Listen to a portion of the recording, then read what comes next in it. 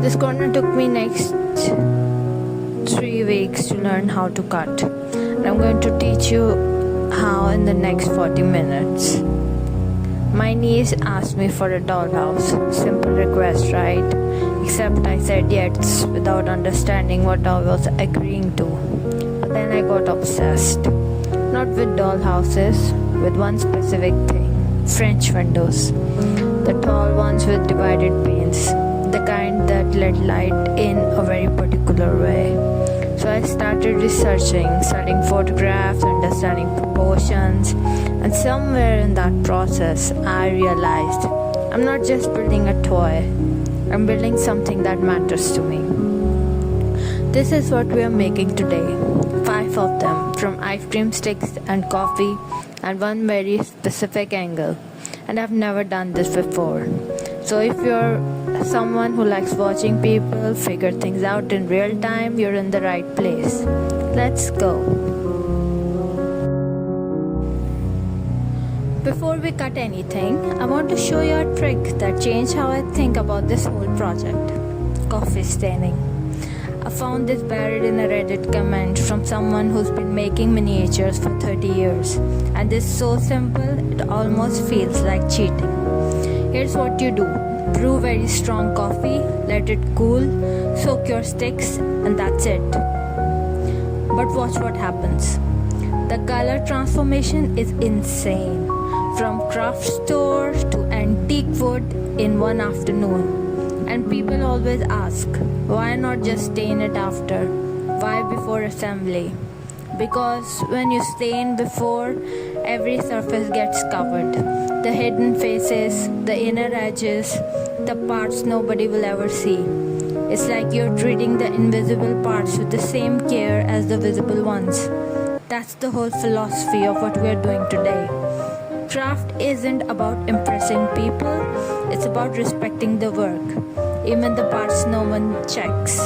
Okay, now we cut.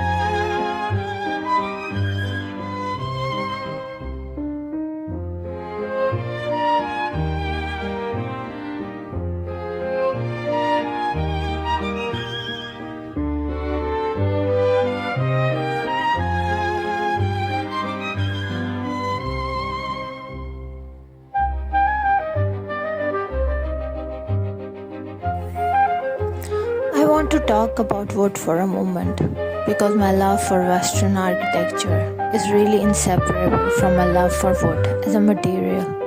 Stone is magnificent. I have enormous respect for stone, for the patience it demands, for the weight and permanence of it. But wood is the material I feel most drawn to, most moved by, and I have thought about why that is. I think it's because wood is warm. Literally and figuratively, it holds heat. It has color that changes in different light. A piece of oak in the morning light versus afternoon light is almost two different things. It has grain, which means it has a history written on it. Every ring a year, every knot a branch that once reached towards sunlight.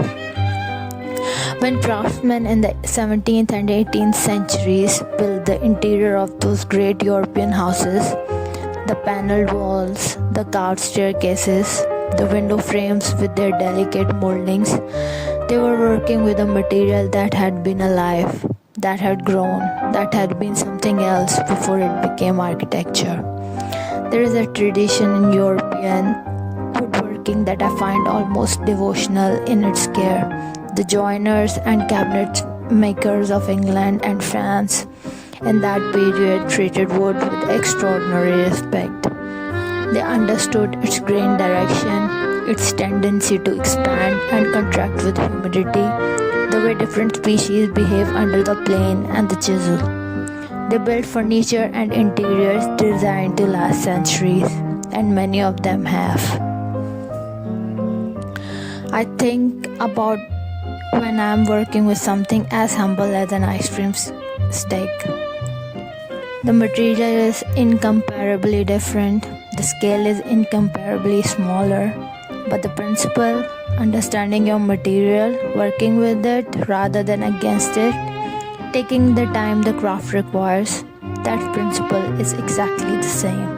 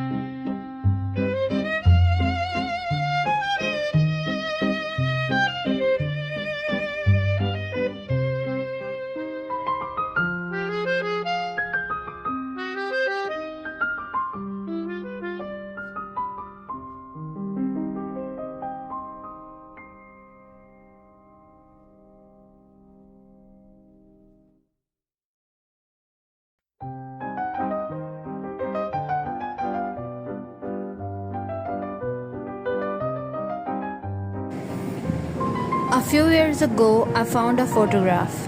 I don't even remember where. Maybe a book I borrowed and never returned.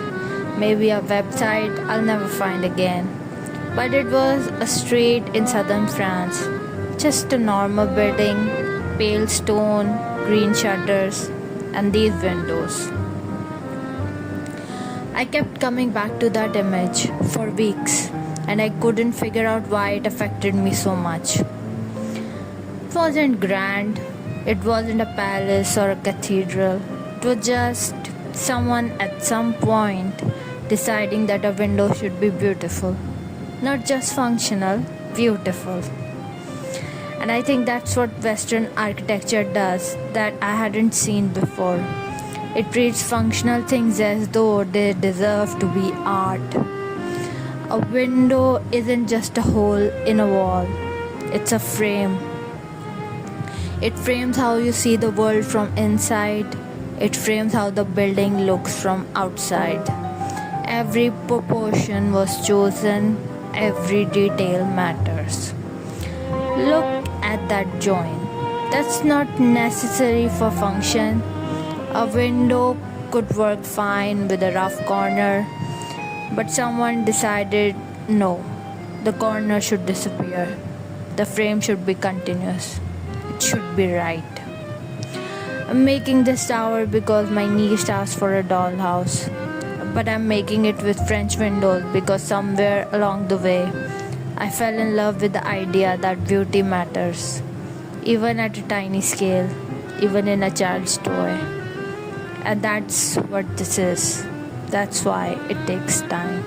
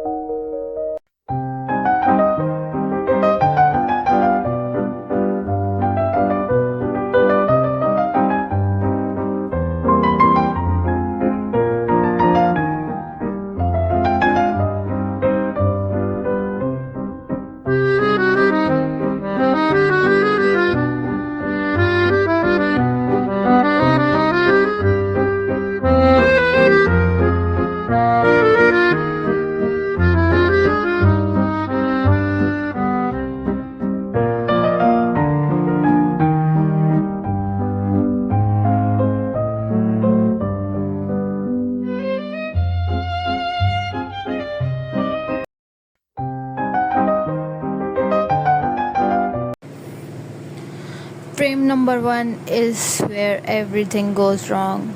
My angle is slightly off. I press too hard. The wood splinters a little. I have to sand it down and try again.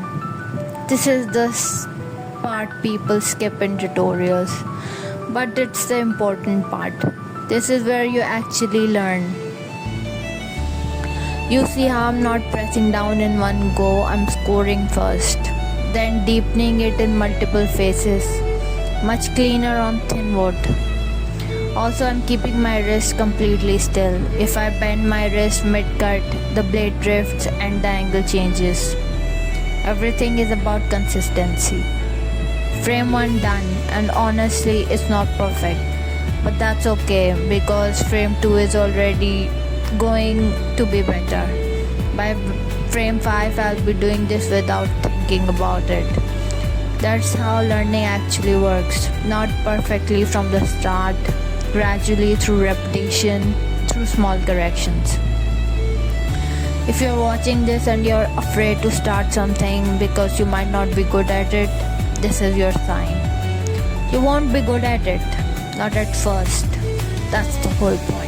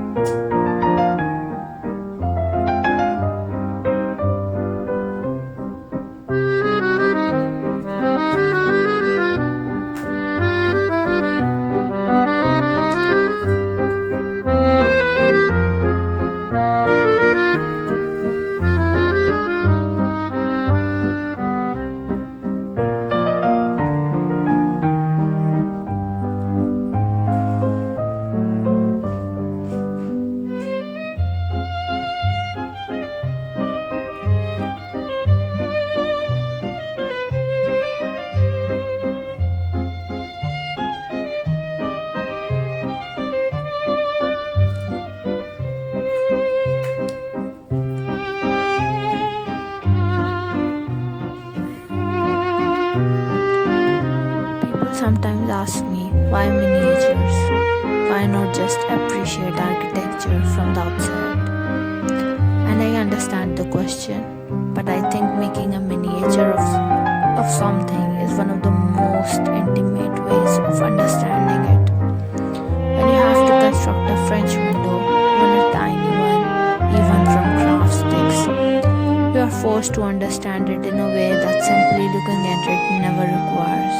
You have to know what are the components, how do they relate to each other, what order do things get assembled in, and why. I spent a long time studying the photographs of French windows before I started this project. Not casually, carefully. I looked at the proportions, how the width relates to the height, typically around 1 to 2.5 or 1 to 3. I looked at how the pane divisions work, the classic 6-pane arrangements I'm using here. 2 columns of 3 creates a very specific visual rhythm. I looked at how the frame itself is profiled, how in real windows there is often a slight step where the glass sits recessed behind the frame face. I can't replicate all of that at this scale, but I can understand it. And understanding it changes how I see those buildings now. When I look at a photograph of a French streetscape, I see it differently than I did before I started making this. I see the individual decisions, the proportions chosen, the way the window sits in the wall. Miniature making taught me to look more carefully at everything. That feels like a genuine gift.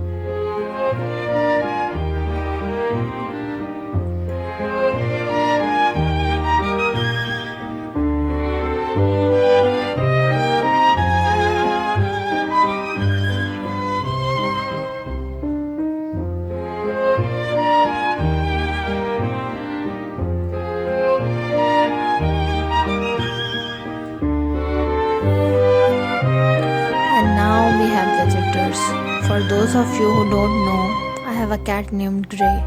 She's semi-feral, dignified, and generally conducts herself with a level of composure I deeply respect. Grey recently had kittens, 5 of them, 4 of whom are currently, yes, climbing onto my work table. They have apparently decided that 5 miniature coffee stained window frames are the most interesting objects in the known universe. This one here, the boldest one, obviously, is sniffing the frames with the focused intensity of someone conducting a formal quality inspection. I think she approves of the coffee staining. She has inherited her mother's good taste. This other one has disapproved the newspaper underneath everything and seems to feel that crinkling it repeatedly is a valuable contribution to the project. And these two have simply arrived to sit directly on top of my work, which is a classic cat move, and I respect the commitment. I lost one of the 5 recently, and I won't pretend that doesn't sit with me. But these 4, wonderful 4, they remind me every day that small things are worth caring for, worth paying attention to. Which is, now that I think about it, exactly what this whole project is about. Safe, the frames are safe, everyone is accounted for, all is well.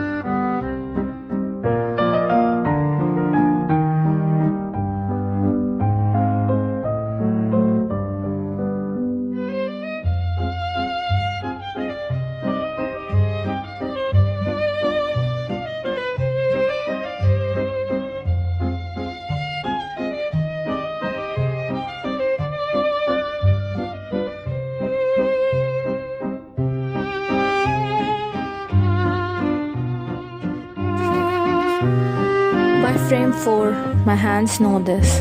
The angle, the pressure, the motion. I'm not thinking about the mechanics anymore. I'm thinking about the thing itself. There's a quality of attention that handwork produces that I haven't found anywhere else. The words gets very small and very clear.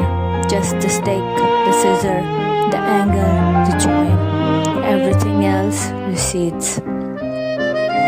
I think the craftsmen I admire, the joiners and woodworkers of centuries past, they lived in this attention for much of their lives.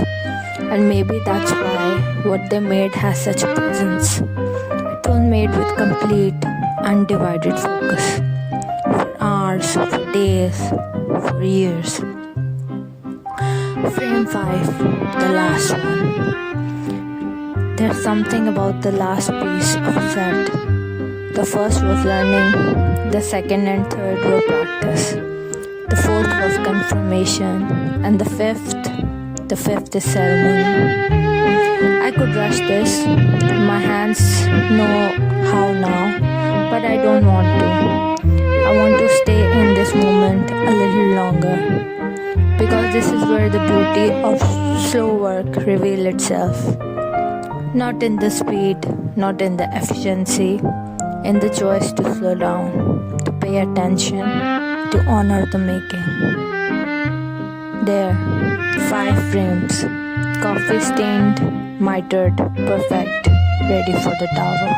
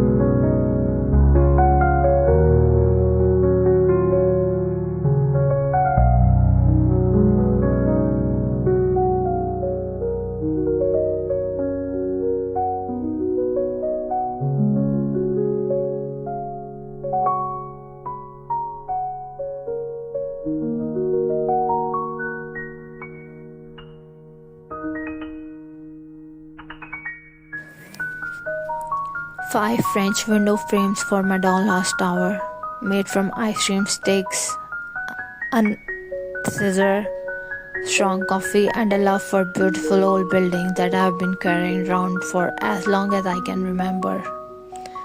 The next stage is installation, fitting these into the tower walls, which will be its own adventure and its own video. I want to give each part of this build the time it deserves. But today was about the foundations, the material, the cut, the join, the small careful decisions that no one will notice once the tower is finished. But they are in there quietly holding everything together. If you made it to the end, thank you, genuinely, for your time and for your attention, which are the most generous things anyone can offer. If you have questions about the coffee staining, the metering, the materials, leave them in the comments. I read everyone. And if you are building something, anything, at any scale, I would love to know about it. Like if you enjoyed this, subscribe to follow the tower as it grows. And I will see you in the next one. Take care.